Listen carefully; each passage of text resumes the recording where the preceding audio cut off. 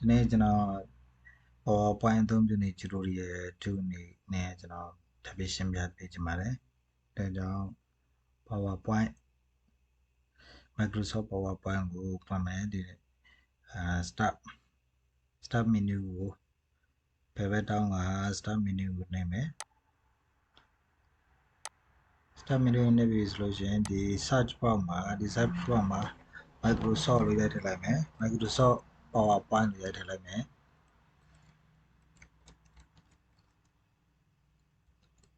the Microsoft 1 2 time power Microsoft Microsoft ဆိုတာနဲ့ Microsoft ကိုပေါ်လာမယ်ကျွန်တော်ကတော့ Microsoft 2010ကိုအသုံးပြုပြီးတော့လုပ်ပြသွားမှာဖြစ်ပါတယ်ဒီနေရာမှာကျွန်တော်ပြောချင်တာက tutorial 1မကြည့်ရသေးဘူးဆိုရင် tutorial 1ကိုကြည့်လိုက်ပါ tutorial 1မှာရှင်းပြပေးတာတွေကိုတိတ်ပြီးတော့ထပ်ပြီးတော့မရှင်းပြတော့ဘူးနောက်ထပ်အသစ်တွေပဲရှင်းပြမယ်ဟုတ်ပြီဆိုလို့ရှိရင်ကျွန်တော် tutorial 1တော့ကရှင်းပြတာကဒီ home နဲ့က font size ဆိုတာလေးကိုကျွန်တော်ရှင်းပြတယ် home နဲ့က font size ဆိုတာလေးကိုရှင်းပြပေးသွားတာပါနော်ဟုတ်ပြီအဲ့ထဲမှာကျွန်တော်ကြံခဲ့တာလေးတွေတစ်ချက်ရှင်းပြမယ်ပြီးပြီဆိုလို့ရှိရင်ဒီက paragraph ဆိုတဲ့ home နဲ့က paragraph ဆိုတဲ့ဒီအကွက်လေးကိုကျွန်တော်ထပ်ပြီးရှင်းပြမယ်နော်ဟုတ်ပြီအဲ့အတွက်ကျွန်တော်ဒီဟာလေးကိုရေးလိုက်မယ်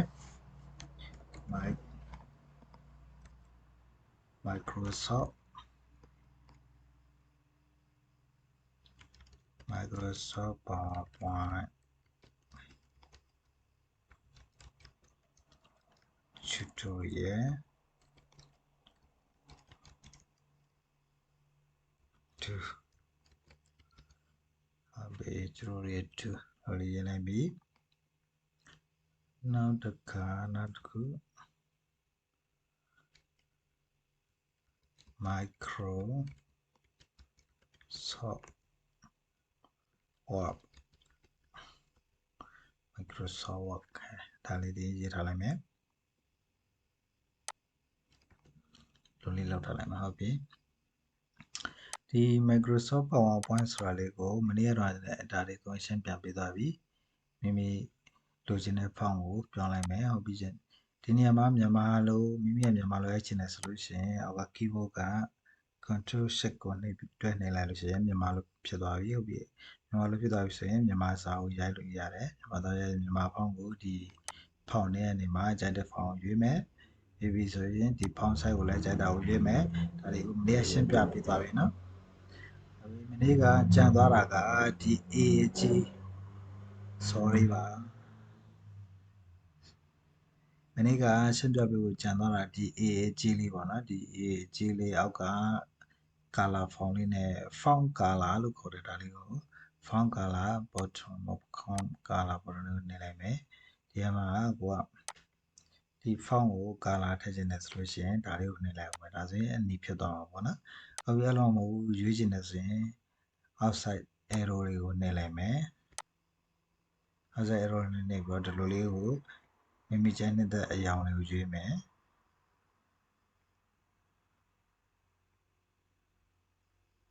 ဟုတ်ပြီကျွန်တော်ကဒီအဝါရောင်လေးကိုရွေးလိုက်မယ်ဟုတ်ပြီအဲ့လိုပါပဲဒီဟာလေးလည်းခုံလုံးပဲမိမိကကျန်တဲ့အကြောင်းလေးရွေးမယ်ဒါကဒီဟာလေးကမှတ်ထားမှာကတော့ font color ပြောင်းတဲ့ဟာ bottom font color ပြောင်းတဲ့ အကြီးလေးပေါ့နော်ဒါလေးအောက်ကဟုတ်ပြီဒါဆိုလို့ရှိရင် font ပြီးသွားပြီပေါ့နော် font ပြီးသွားပြီဆိုရင်ဒီနေ့ရှင်းပြမယ်ဟာ paragraph ဆိုတာကတော့စာတွေပေါ့နော်စာတွေကိုစာကြောင်းတွေပေါ့စာကြောင်းတွေကိုစီတဲ့ဟာပေါ့လေဒီကွက်လေးကတော့စာကြောင်းတွေစီတဲ့ဟာစနစ်တကျပြင်ဆင်တဲ့ဟာလေးပေါ့နော်ဟုတ်ပြီပထမဆုံးအနေနဲ့ဒီအပေါ်အကွက်ကလေးပေါ့အပေါ်အကွက်ကလေးကဘာလဲဆိုလို့ရှိရင်ဒါလေးက bullet လို့ခေါ်တဲ့ဒီစာကြောင်းတွေကိုရှေ့ကနေမှာရှေ့ကနေအလှပလေးတွေထည့်တာလေးပေါ့ဒီလိုပုံစံလေးတွေထည့်တာလေးတွေကိုကျွန်တော်ရှင်းပြပေးသွားမယ်ဟုတ်ပြီအဲ့အတွက်ကြောင့်မိမိကဒီကွက်ထဲဟာတွေကိုအဲ့လိုလုပ်မယ်ဆိုလို့ရှိရင် bullet လုပ်မယ်ဆိုလို့ရှိရင် control A ကိုနှိပ်မယ် select all ပေးမယ်ပြီးပြီဆိုလို့ရှိရင်ဒီမှာ roll လေးနှိပ်လိုက်တာနဲ့တို့ကဒီဟောလေးပြအောင်နော်ဒီမှာသူဖြစ်သွားပြီ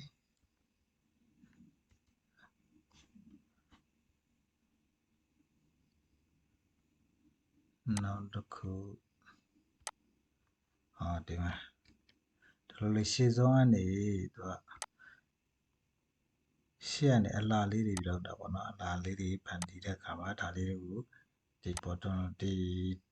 tool လေးကိုအသုံးပြုတယ်ပေါ့နော် box လို့ခေါ်တဲ့ tool လေးကိုအသုံးပြုတယ်ဟုတ်ပြီအဲ့ဒါလေးတွေကိုကိုကအသုံးပြုလို့ရတယ်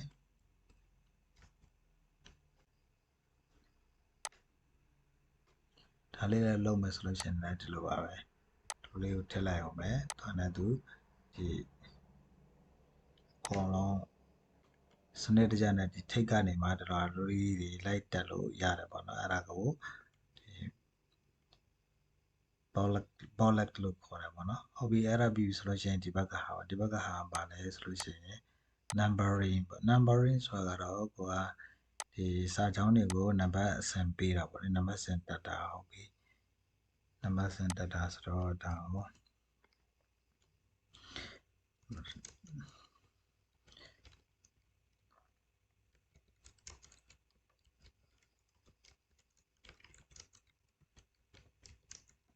ဒီစာကြောင်းလေးတွေရေးလိုက်မှာပေါ့နော်အမှဆန်လို့ရဟုတ်ပြီအဲ့ဆိုလို့ရှိရင်ဒီ numbering ဆိုရယ်နံပါတ်တက်တဲ့2လေးပေါ့လေဒါလေးကိုအသုံးပြုမယ်ဆိုလို့ရှိရင်တို့ကလည်း select all control A select all ပြီးပြီဆိုလို့ရှိရင်ABC တက်မှာဆိုရင် ABC ကိုနှိပ်မယ် ABC မဟုတ်ဘူးဒီတက်ရှင်တဲ့ဒီ roman လို့တက်မယ်ဆို roman လို့ပေါ့ဒီဒါမှမဟုတ်ဘူး ABC ဒီပုံစံလေးပဲတက်မယ်ရိုးရိုးလေးပဲတက်မယ်ဆိုရင် A ဒီမှာ1ပေါ့ sorry A နံပါတ်စင်တက်မယ်ဆိုရင်1ပေါ့ဒါကသူကခေါင်းစဉ်မလို့ပါနော်ခေါင်းစဉ်မလို့ဒီလိုတစ်ခုလေးဖြစ်နေတာဟုတ်ပြီဒါကိုကျွန်တော်ဒီဘက်ကိုကူးပြီးတော့အောက်ကွက်တွေကိုထည့်လိုက်မယ်အောက်ကွက်တွေကိုထည့်လိုက်မယ်အဲ့ဒါကို numbering ဆိုတဲ့နံပါတ်တက်တဲ့ဟာနဲ့တက်လိုက်မယ်ဟုတ်ပြီနော်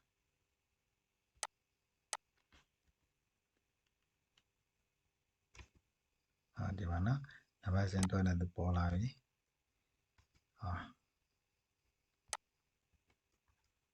နံပါတ်စင်လေးတွေတွက်တဲ့ပေါ်လာပြီနော်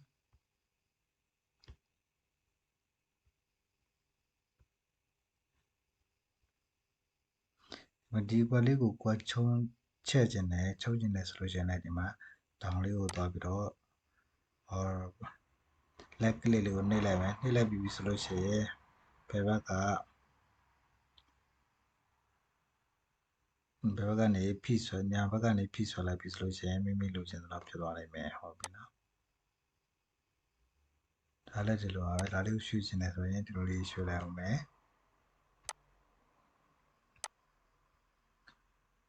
ဒါလေးကိုဒီကွက်လေးကိုရှုပ်နေတယ်ဒီကွက်လေးကိုဖျောက်ထားခြင်းနဲ့ဆိုလို့ရှိရင်ဒီကွက်လေးကိုထောက်လိုက်မယ်ထောက်လိုက်ပြီးတော့ right click နှိပ်လိုက်မယ် right click နှိပ်လိုက်ပြီးတော့ cache နဲ့နှိပ်လိုက်အောင်မယ်ဒါလို့ဆိုရင်ဒီတခုပဲကျန်တော့မယ်ပေါ့နော်ဟုတ်ပြီဆိုလို့ရှိရင် numbering ပြီးသွားပြီဒါပြီးသွားပြီနောက်တစ်ခုအောက်သွားခြင်းမယ်အောက်ကကျတော့ဒီအောက်ကကျတော့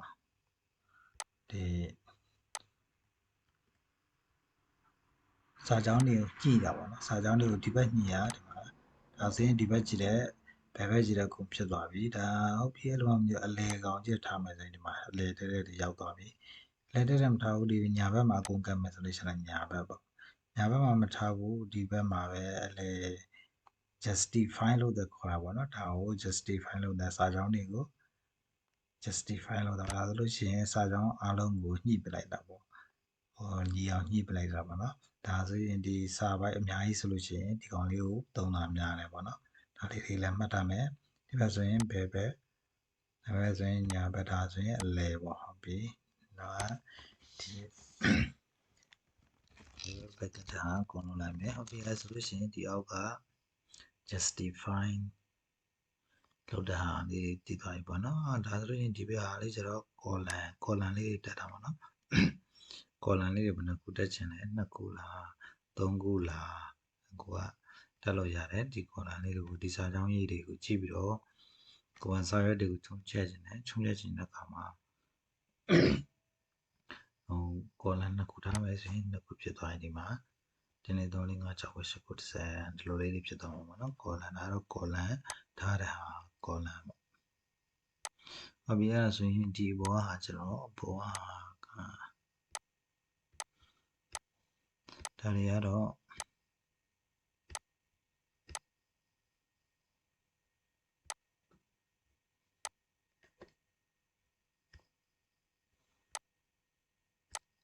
ဒီဟာလေးတော့တိတ်ပြီးတော့မသုံးကြပါဘူးเนาะဒါလေးကလည်းဒီမှာဟိုလုံးဝတည်းအောင်ဆွဲကလိုက်မယ်ဆိုရင်ဒီပေါ်အားလေးပေါ့နော်ဒါလေးလည်းအကုန်လုံး justify လုပ်တဲ့ဟာလေးတွေပဲเนาะဟုတ်ပြီဆိုရင်ဒါဆိုရင် paragraph ကျန်တဲ့ဟာကဒီမြားလေးနဲ့ line space line space ဆိုတာကတော့ဒီ line တွေရဲ့မိမိရေးထားတဲ့စာကြောင်းတွေရဲ့ space တွေကိုစာကြောင်းတစ်ကြောင်းနဲ့တစ်ကြောင်းကိုဘယ်လောက်ကြောင်ချမလဲဆိုတာလုပ်တာပေါ့လေလုပ်မယ်ဆိုလို့ရှိရင် control A နဲ့ slash on ပြီးပြီဆိုလို့ရှိရင်ဒီမှာ1.0 ထားမလား1.5 ထားမလားဟုတ်ပြီ1.5ထားလိုက်မယ်ဒါကတော့ line speed ပေါ့နော်ပြီးပြီဆိုရင်ဒီတစ်ခါဒီဘက်ကွက်လေးပေါ့ဒီဘက်ထဲက text direction ဆိုတာကတော့သူကဒီစာကြောင်းတွေကိုကိုကြိုက်တဲ့နေရာမှာကိုလိုတဲ့ direction မှာထားတာပေါ့လေဟုတ်ပြီအဲ့ဒါလေးကိုအသုံးပြုလေးကိုကျွန်တော်တစ်ချက်ပြကြည့်မယ်ဒီမှာ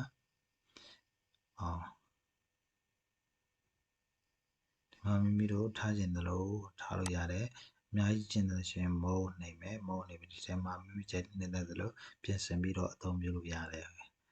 ဒါကတော့ text direction ပေါ့နော်ဒီ text direction ပြီးပြီဆိုရင်အောက်ကကျတော့ line text ပေါ့ line text ဆိုတာကဒီဟာလေးတွေကိုပြင်ဆင်တာပါပဲเนาะပြင်ဆင်ဒီစာကြောင်းတွေကိုဒီစာသားတွေကိုပြင်ဆင်တာပဲเนาะပြင်ဆင်တာဘယ်လိုပြင်ဆင်လဲဆိုရင်အောက်မှာထားမလားအလယ်မှာထားမလားတစ်စုံမှာထားမလားပေါ့အစရှိတဲ့မြေဒါလေးတွေလည်းပြင်ဆင်တာပဲ line text ဆိုပြီး line text အောက်ကကျ converted to smart art converted to smart art ဆိုတာကတော့ဒါကတော့ကိုအများတွေပုံတွေနဲ့တခုခုစာသားတွေကိုထိုးပြတာရေးပြတာတို့ရှင်းပြတာတို့ဆိုလို့ရှိရင်ဒီတဲ့ဟာလေးတွေကိုအသုံးပြုပြီးတော့ပြောလို့ရတယ်ရေးလို့ရတယ်ဒီမှာဆိုလို့ရှိရင် Microsoft PowerPoint 3 year 2